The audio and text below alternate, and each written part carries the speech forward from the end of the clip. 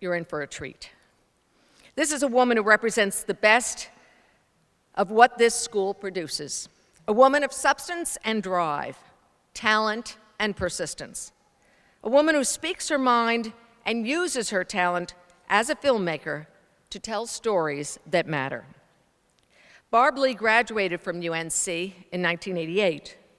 One of her closest friends during her time here as an undergraduate was Stuart Scott, the wildly popular ESPN sportscaster who lost his battle with cancer in January. His book just came out this spring, and it's called Every Day I Fight. It's about his fight with cancer. And I thought the best introduction I could give for Barb was to read Stuart's words from his memoir.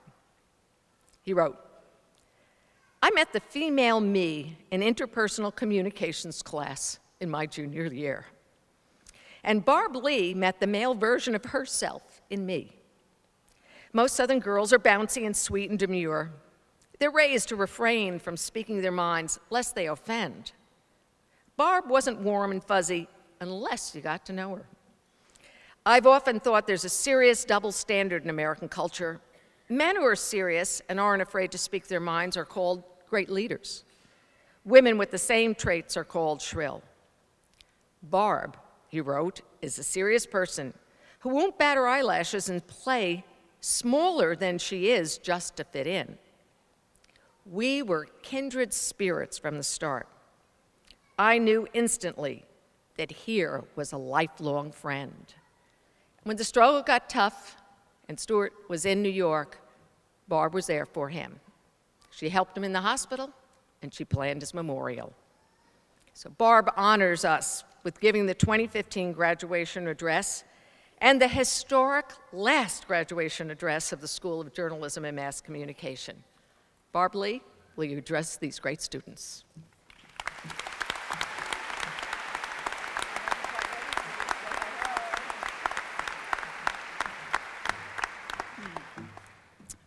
Wow, I wasn't quite ready for that. But good afternoon, and thank you. Thank you, Dean King. Distinguished faculty, honored guests, parents, grandparents, and graduates of the UNC School of Media and Journalism, next year to be, 2015. First of all, thank you. Thank you for inviting me to celebrate here with you today on your special day. I'm really honored to be here, actually, and just to be a part of this graduation. And moms, happy Mother's Day.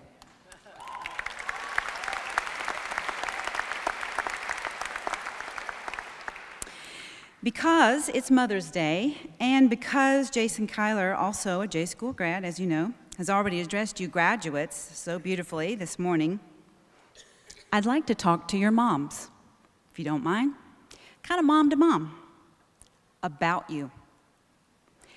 For those of us today who are without our moms, however, for whatever reason, just let this be for someone you love. Okay, moms. Now, while you know your graduate here far better than I still think I can provide some insights to some changes the faculty and the culture of the J School have made in your graduates these past few years. As Dean King said, I also graduated from this school, and our culture here at the J School is distinct. There's a way we do things. And even though I went to school back here when you had to run from the woolly mammoths to get to class, some things don't change. So let me explain some behaviors, moms, that you might notice in these guys. Check me, grads, if I'm wrong. First, your J School grad may no longer be able to have truly meaningful relationships with people who don't employ the proper usage of there, and there, okay? And these being mistyped, that's also a deal breaker. I'm sorry, but people who confuse these homonyms simply cannot be trusted anymore. If after observing us somewhat peripherally working on a project and spending an inordinate amount of time selecting a font, do not ask us, does the font really matter that much? This is a ridiculous, almost offensive question, and it could jeopardize our relationship with you. Don't ask that. Don't offer them decaf coffee. No. What is the point of that drink anyway? When you watch TV with us, and even if it's on the DVR, just be prepared for us to ask you to rewind and watch the commercial. Okay, sometimes repeatedly, and then we might want to engage in a really long explanation and a conversation about the most minute details. Play along. It brings many of us joy. You do not need to keep asking them if they're on Twitter again. The answer is yes. Yes, they're on Twitter right now. Because they want to participate in what is happening, okay? Also, you might have to, when you go back home, learn to accept and even anticipate a running, sometimes condescending commentary while watching some local news programs with us. Comments like, "Oh my God, did that guy just say armed gunman? Really? Because I couldn't tell that the gunman was armed. I mean, I can't take this local news." Don't worry, it's a good thing. You know, something else you might notice, even more than these new quirks, is that they have a new industry vocabulary. It's kind of a tribal language among us J School grads, and I feel I should forewarn you about it because some of our jargon sounds a little violent, okay? So they're gonna say things, it's okay that they say things like rough cuts, shoots, sound bites, dead air, slugs, killed campaigns, pitches and rundowns. And amongst us UNC grads specifically, you may hear them speak even in a tossing, turning, nightmare kind of way.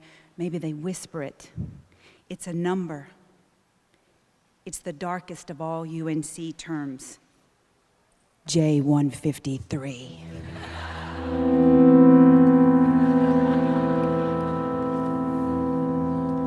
And grads, don't act like you don't know what you made at 153, okay? You know, these quirks and industry jargon are fun for us because they're odd and they're part of our culture. But we try to be self-aware and have some fun and laugh at ourselves. It's necessary.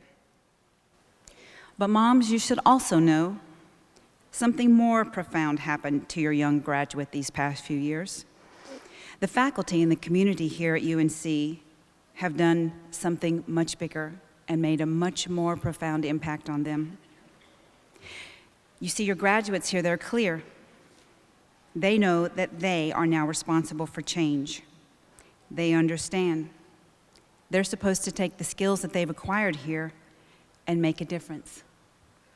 Moms, you sent your 18-year-old to Carolina with a conscience intact, with a heart for justice, and probably with a love of words and images. They found their way to the J School. And the faculty here nurtured that conscience, honed their language skills. Then these professors,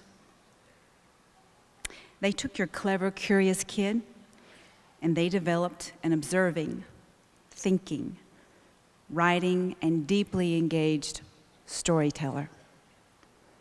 To me, storytelling is the noblest profession of all, because the best storytellers among us change the world.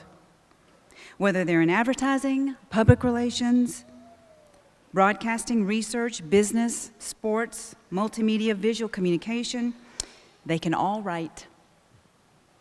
And they will all live and work as professional storytellers. As E.B. White said, writers do not merely reflect and interpret life, they inform and shape life. And from Thomas Paine to J. Walter Thompson, to Barbara Walters, to Woodward and Bernstein, it's storytellers who have shifted public opinion. And then policymakers, and sometimes even some prosecutors, have followed. It's not the other way around. Your young storyteller is graduating from UNC's J School. And as such, she's been fortified with a value system, a set of mores that will guide her in pursuit of stories worth telling. And I'm not talking about politics. Politics is up to the individual. I'm talking about values, truth that will guide your new graduate. And that's part of our culture Some of these values, the most important of these values, first and above all others, is a sacred regard for the facts. When we seek out facts and refuse to indulge confirmation bias, guess what? We actually don't need fair and balanced journalism. The facts are what the facts are. Our job is to present them clearly and accurately, and then let our viewers and readers discern what to make of them. Today's information climate needs this sacred regard for the facts now more than ever, as there's a paucity of objectivity in the media.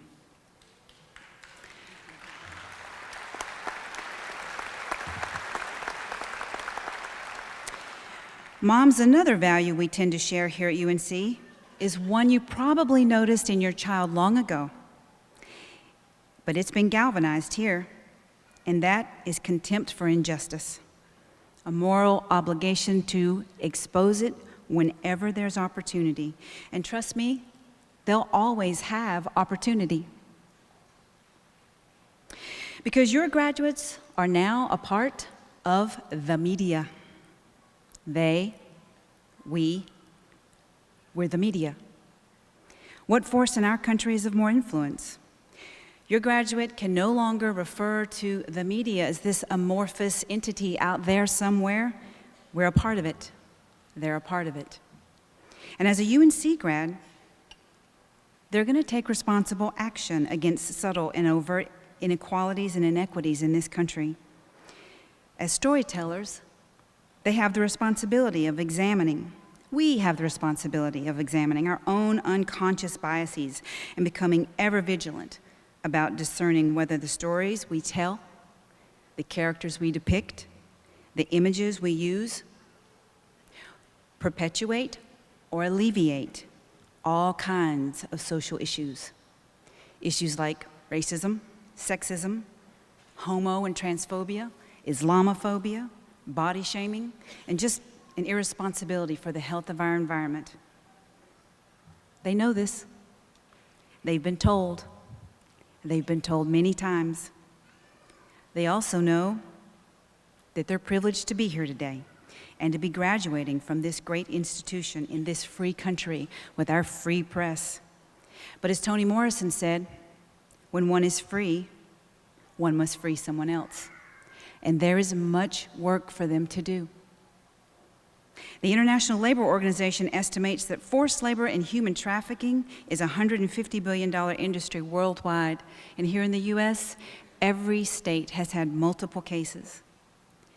The US Census Bureau reported that in 2011, the net worth for the median white family in the US is 17.5 times that of the median black household. There is much work to do. According to the Centers for Disease Control and Prevention, nearly 1 in 4 women experience physical violence by an intimate partner every year. And that's only the incidents that are reported. Meanwhile, in this country, we continue to make a boxer who has multiple accusations of domestic violence our highest paid sportsman in history. There's much work to do.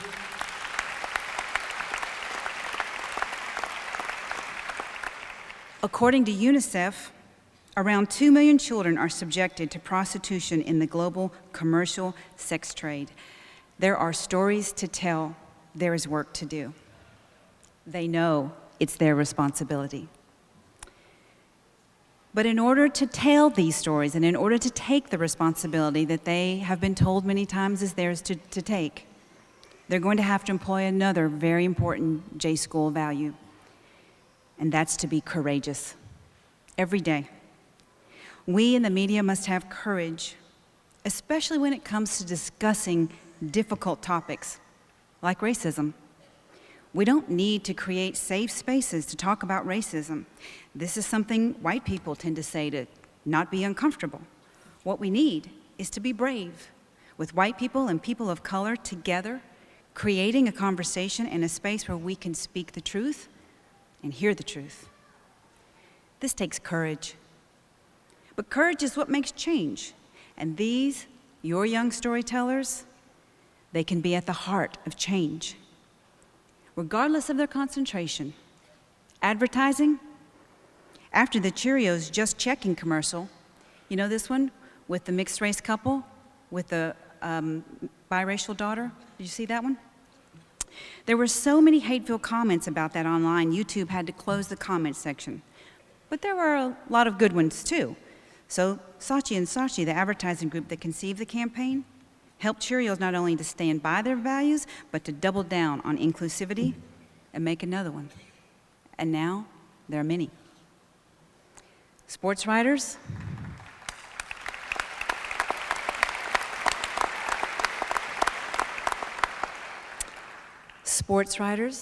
I saw some of you out there. You have a place for courage too. As Susan said, one of my best friends, 30 years, the late Stuart Scott, he took a public stand against homophobia hurled at Michael Sam, the first openly gay player in the NFL draft. Stuart used his privilege as a straight African-American male to encourage other men to check that vitriol and hatred. He had courage. Visualcom, right here at UNC, Professor Chad Stevens produced and directed Overburden, a documentary that took on Big Coal in West Virginia, and that's a formidable, intimidating opponent. Professor Stevens told the stories of people who stood up to these corporate criminals, and he kept on following them, and he followed their story for years, all the way to the indictment of the coal company's CEO. He had courage.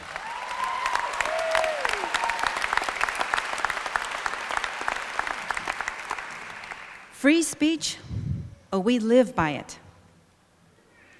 But hatred and discrimination calls for courage, and your graduates, they'll be able to make big changes if they have courage.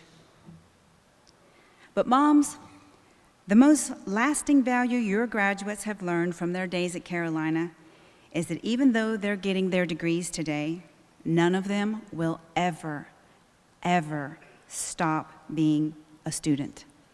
Start here, never stop. They must learn to change, and then change, and then change again. And those of us who have a few years on the grads know that they also have to learn to unlearn, and that might be the toughest one of all. But the learning never stops. As Rule Tyson, here at UNC, is a professor emeritus, he told me one time, he said, "Carolina is the place I learned to love to learn." That's true for me, and I hope it's true for you. Lifelong learning is a value we hold in high regard here. So your students, they're always going to be students. Moms and dads, I'll include you on this too. You know, there's not a lot of 9-to-5 kind of jobs in our industry. Your grads are going to have to work a lot, and they'll probably have to miss a few family functions. They'll have to cancel on you last minute because of a client deadline or a story deadline. That's part of the package. Plus, they're starting their junior phase of their career, and we tend to show tough love on our newbies. They may miss a few holidays. Just prepare yourself. They're going to have some long nights, long weeks, lots of stress. But parents, if you look really closely, if you listen closely, chances are, in the face of all that they're doing, I'll bet you'll know they love it. They'll love the thrill of running full speed with their hair on fire, chasing the next project, chasing the next story. And when their career path gets hard, and it can, it probably will, when they feel discouraged, try to remind them of their essence, of who they are, of who they were. And instead of telling them to quit because it's too hard, help them to remember what brought them joy when they were kids. Chances are they loved books. They liked story time. And boy, did they hate bullies. They liked watching TV and still like watching YouTube a lot, more than you probably can think is healthy. Remind them of who they are. Then just dust them off, help them stand up, and stay on the path of the noblest profession of all, because they're the word nerds, the grammar geeks, the whistleblowers, the town criers, and the night owls. We are the Fifth Estate. Tar Heel moms and UNC, behold, the newest class of storytellers. And storytellers, they change the world. Thank you, and congratulations.